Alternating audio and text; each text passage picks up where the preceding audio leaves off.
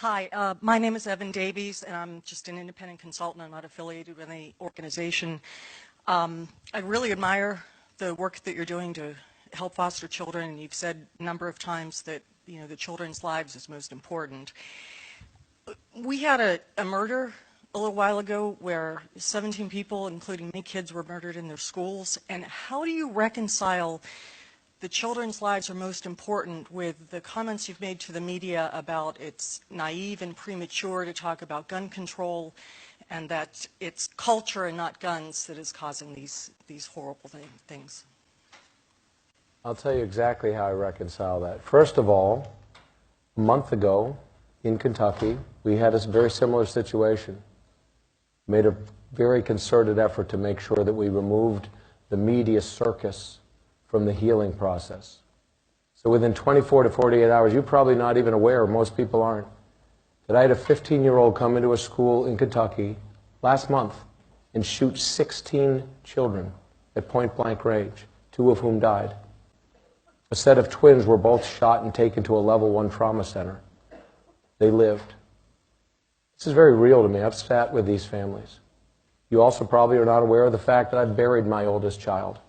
Died under different circumstances, but went to school and didn't come home. She was 17 years old. I know exactly, not exactly, it's not possible to know exactly what another person's going through, but I know exactly what it feels like to bury your oldest child. I know what the impact is on a family. I don't come at this with a sense of sympathy, but empathy.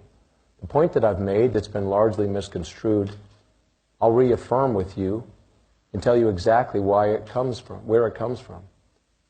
This idea, just as solving this issue is able to be solved with a single law or rule or change, is naive and delusional. And so we shouldn't allow ourselves to entertain naive and delusional thoughts. It is part of a broader construct, just as this issue is.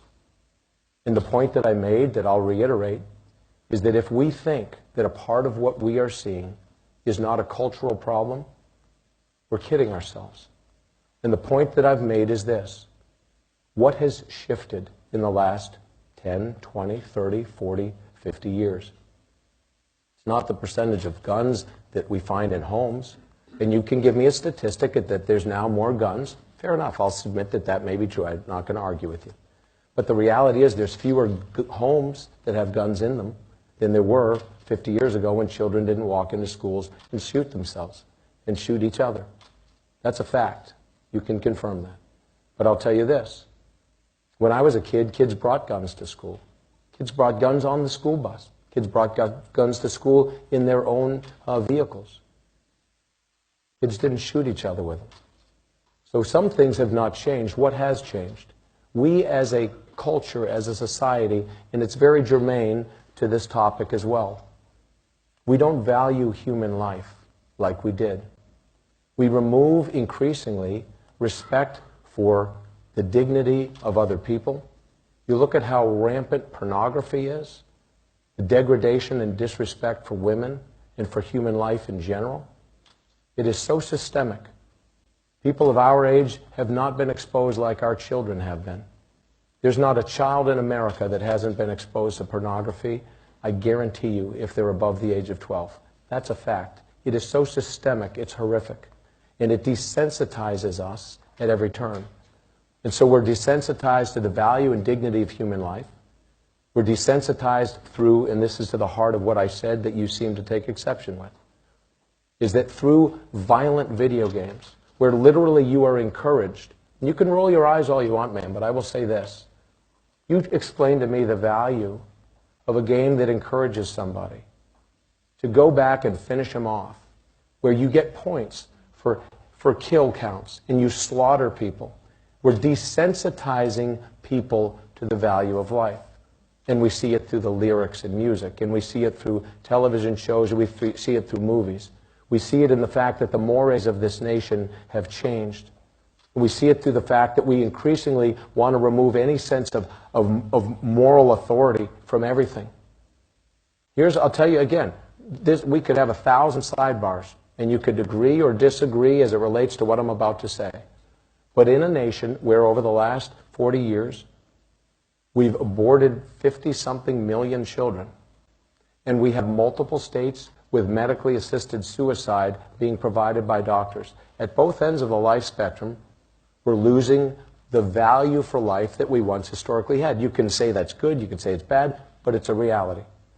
You couple that with the fact that all these other things are changing, that we're removing any sense of authority. It used to be that you had different levels of authority starting in the home itself.